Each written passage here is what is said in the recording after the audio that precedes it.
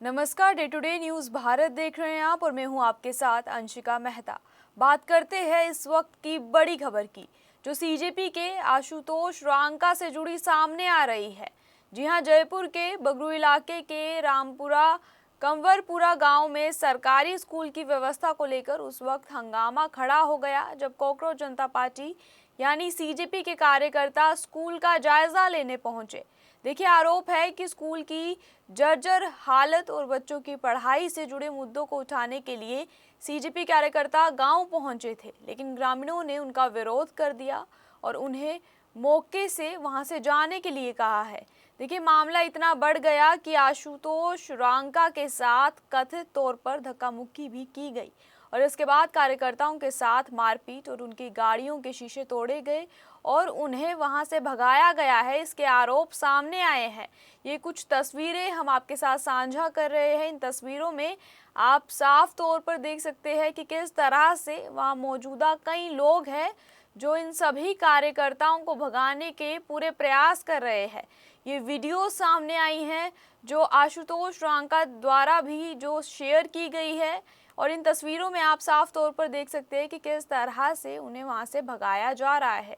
देखिए, आशुतोष रांका ने इस पूरे मामले को लेकर भाजपा कार्यकर्ताओं पर गंभीर आरोप लगाए हैं। उनका कहना साफ है कि उनकी टीम के साथियों के साथ मारपीट की गई है। हालांकि इन आरोपों की अभी स्वतंत्र पुष्टि नहीं हुई है। रांका का कहना है कि रामपुरा कंवरपुरा का सरकारी प्राथमिक स्कूल पिछले कई सालों से बेहद खराब स्थिति में था और बच्चों को ऐसी जगह पढ़ाना पड़ रहा है जिससे उन्होंने भैंस के तबले जैसा बताया है। देखिए, उन्होंने सवाल उठाया है कि अगर कोई स्कूल की हालत इस तरह की होगी तो उसको सुधारने की कोशिशें ज़रूर की जाएगी। खैर, इसी के विरोध में जो आशुतोष रांका है वो वहां पहुंचे थे, लेकिन दूसरी ओर ग्रामीणों का पक्ष इससे अलग रहा है। ग्रामीण विष्णु कुमार शर्मा के मुताबिक गांव में पहले प्राथमिक स्कूल 5वीं कक्षा तक चलता था और स्कूल के लिए ज़मीन उनके दादाजी ने दी थी।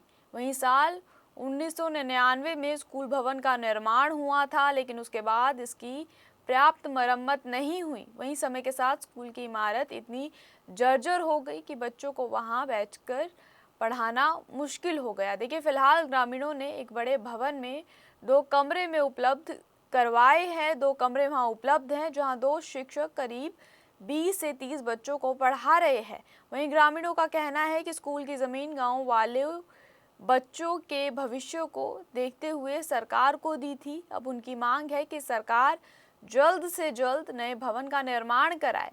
वहीं दूसरी ओर विष्णु कुमार शर्मा ने बताया है कि बगरू विधानसभा क्षेत्र के विधायक डॉक्टर कैलाश वर्मा और की ओर से स्कूल के लिए जो बजट है वो स्वीकृत होने का आश्वासन दिया गया था, लेकिन जमीन पर निर्माण कार्य अभी तक शुरू नहीं हुआ है।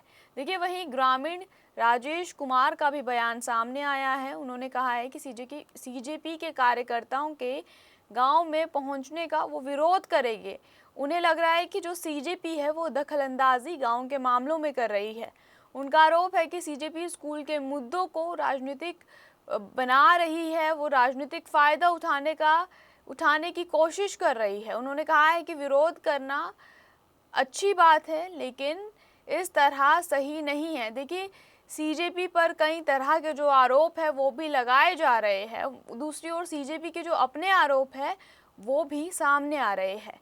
लेकिन सवाल ये है कि क्या क्षेत्र में कहीं किसी को किसी पार्टी का डर तो नहीं है, क्योंकि सीजेपी के आशुतोष रांका ऐसे ही तो गांव पहुंचे नहीं होंगे।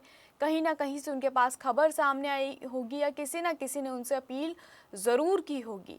खैर, इस पर हम कुछ नहीं कह सकते। एक तरफ आरोप है कि बाहरी राजनीतिक कार्यकर्ता गांव के स्कूल के मुद्दों को राजनीति का विषय बना रहे हैं। देखिए, फिलहाल इस विवाद के बाद गांव में तनाव का माहौल ज़रूर है। ग्रामीण सीजेपी के खिलाफ धरने पर बैठे हैं और स्कूल भवन के निर्माण की मांग कर रहे हैं।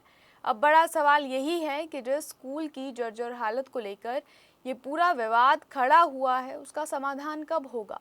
बच्चों को बेहतर स्कूल और सुरक्षित माहौल कब मिलेगा? और क्या स्कूल के मुद्दे पर शुरू हुआ ये विवाद अब राजनीतिक टकराव में बदल जाएगा? देखिए, फिलहाल सभी की नज़र प्रशासन की अगली कार्यवाही पर ज़रूर है। हाल ही में हमने आपके साथ ये तस्वीरें साझा की जिसमें साफ तौर पर आपने देखा कि किस तरह से जो सीजेपी के कार्यकर्ता है उनके राजस्थान की इस जगह पर पहुंचने पर, स्कूल पे पहुंचने पर हंगामा हुआ है और उन पर हमला भी जरूर किया गया है। कोई भी कार्यक्रम हो, हम सोने के गहने नहीं खरीदेंगे। गोल्ड नहीं, ठीक है तो जेनेसिस हाइट देख लो, मैं मजाक नहीं कर रही। क्योंकि बात जब लॉन्ग टर्म एसेट्स की करें तो property investment still stand strong, और जेनेसिस हाइट्स की बात करें तो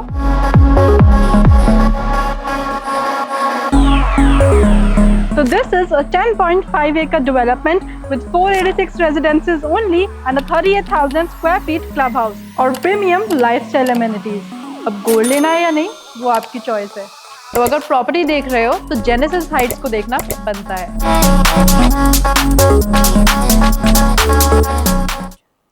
खैर, इस मामले पर अगर और कोई अपडेट सामने आता है तो हम आपके साथ साझा जरूर करेंगे। इसी के साथ हमारा चैनल आपके साथ वादा करता है कि निष्पक्षता के साथ पत्रकारिता करेगा। हमारे चैनल का कोई भी पत्रकार ना ही किसी से कोई तोहफा लेगा, इश्तिहार लेगा और ना ही किसी को ब्लैकमेल करेगा। वहीं हमारे चैनल का मकसद है लोकतंत्र के चौथे स्तंभ को मजबूत करना। तब तक के लिए ऐसी ही नई और ताज़ा खबरों को देखने के लिए जुड़े रहिए हमारे साथ, देखते रहिए जे टुडे न्यूज़ भारत और हमारे चैनल को लाइक, शेयर और सब्सक्राइब करना ना भूलें।